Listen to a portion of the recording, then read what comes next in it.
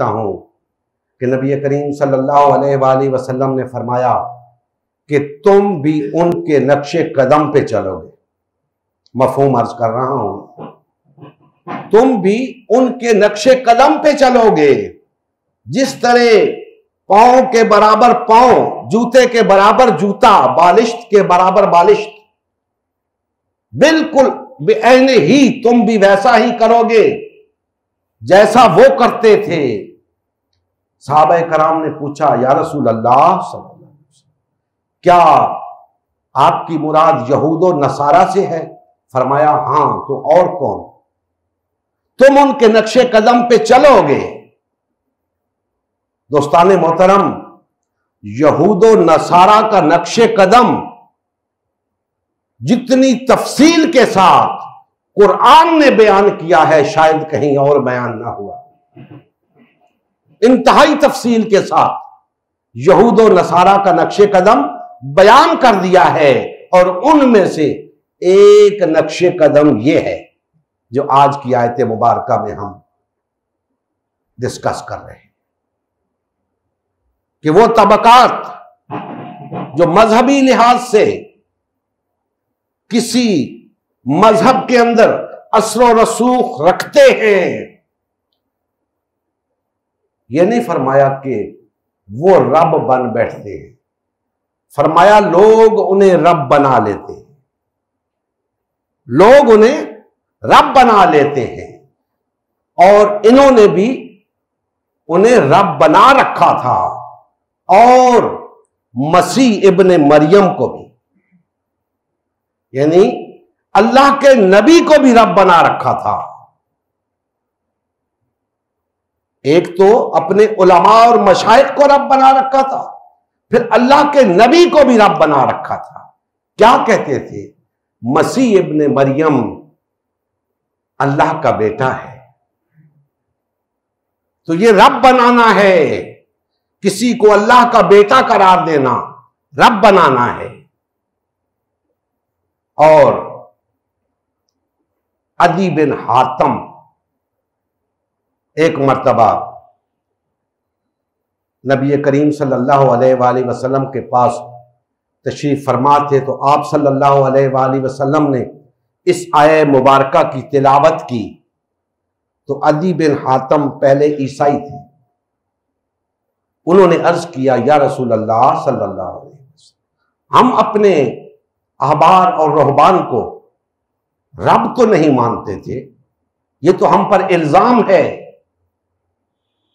तो अल्लाह के रसूल सल्लल्लाहु अलैहि वसल्लम ने फरमाया, ऐ अदी, क्या जिस चीज को तुम्हारे अहबार और रहबान हलाल करार देते थे, तुम उसे हलाल नहीं मानते थे? वो जिस चीज को हराम करार देते थे, क्या तुम उसे हराम नहीं मानते थे? अर्ज किया, या रसूल अल्लाह, ऐसे ही था।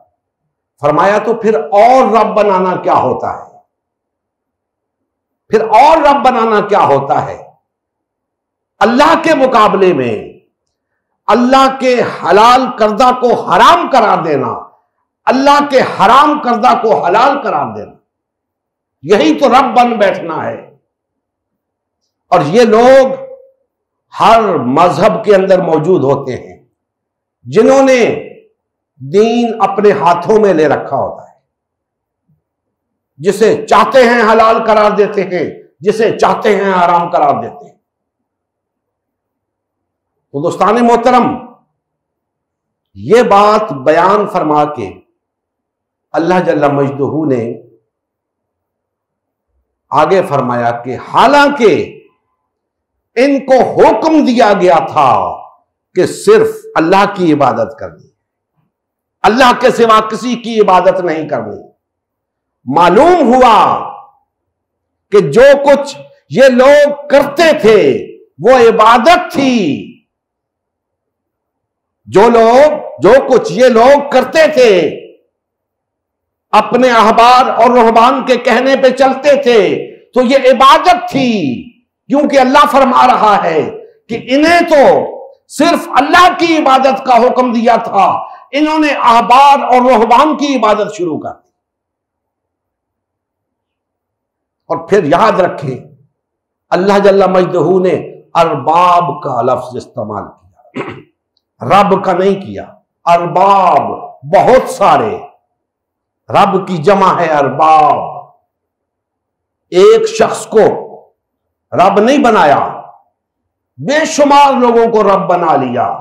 एक रब इस मोहल्ले में, एक रब उस मोहल्ले में, एक रब इस शहर में, दूसरा रब उस शहर में, बेशुमार लोगों को रब बना लिया। और अल्लाह जल्ला मजदूह ने फरमाया कि ये तुमने उलमा का कहना नहीं माना, तुमने उनकी इबादत की है। तुम्हें हुक्म दिया गया था कि सिर्फ अल्लाह की इबादत कर दी, तुम उनके पीछे लग गए। कोई इसके पीछे लग गया, कोई उसके पीछे लग गया, हजारों टुकड़ों में तकसीम हो गए। एक अल्लाह की इबादत के दावेदार होकर हजारों की इबादत में लग गए। जिनकी इबादत से मना किया गया था उनकी इबादत में लग गए। जिसकी इबादत का हुक्म था उसकी इबादत को छोड़ बैठे और फरमा दिया कि उस अल्लाह की इबादत का हुक्म दिया गया था जिसके सिवा कोई इलाहा है ही नहीं। तुमने क्या समझ के उलमा और मशाइख की इबादत शुरू कर दी, उन्हें अपना रब बना लिया। अल्लाह के सिवा तो कोई इस लायक है ही नहीं कि उसकी इबादत की जाए।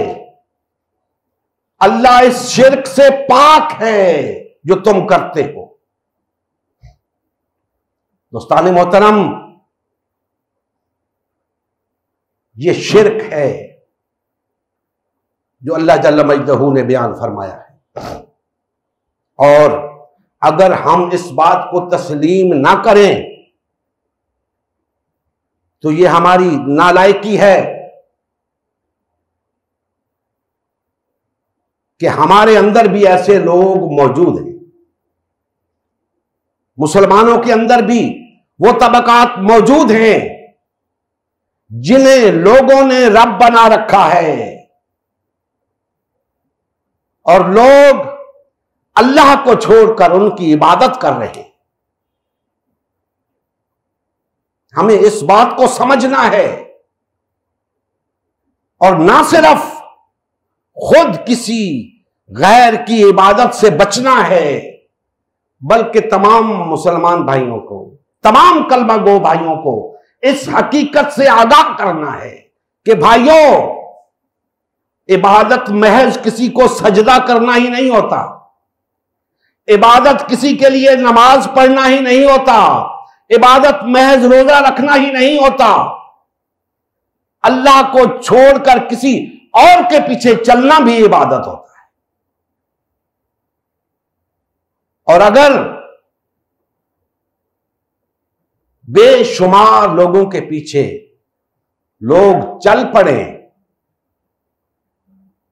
तो अल्लाह की इबादत करने वाला कोई नहीं रहेगा, सब गैर अल्लाह के पीछे चल पड़ेंगे। और यह मैं बता चुका हूं कि गैर अल्लाह तागूत को कहते हैं। गैर अल्लाह की बंदगी तागूत की बंदगी है।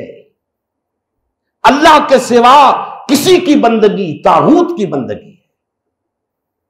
तो गोया मुसलमान कलमा पढ़ने के बावजूद, अल्लाह को अपना इलाहा मानने के बावजूद अगर अल्लाह को छोड़कर किसी और के पीछे चलता है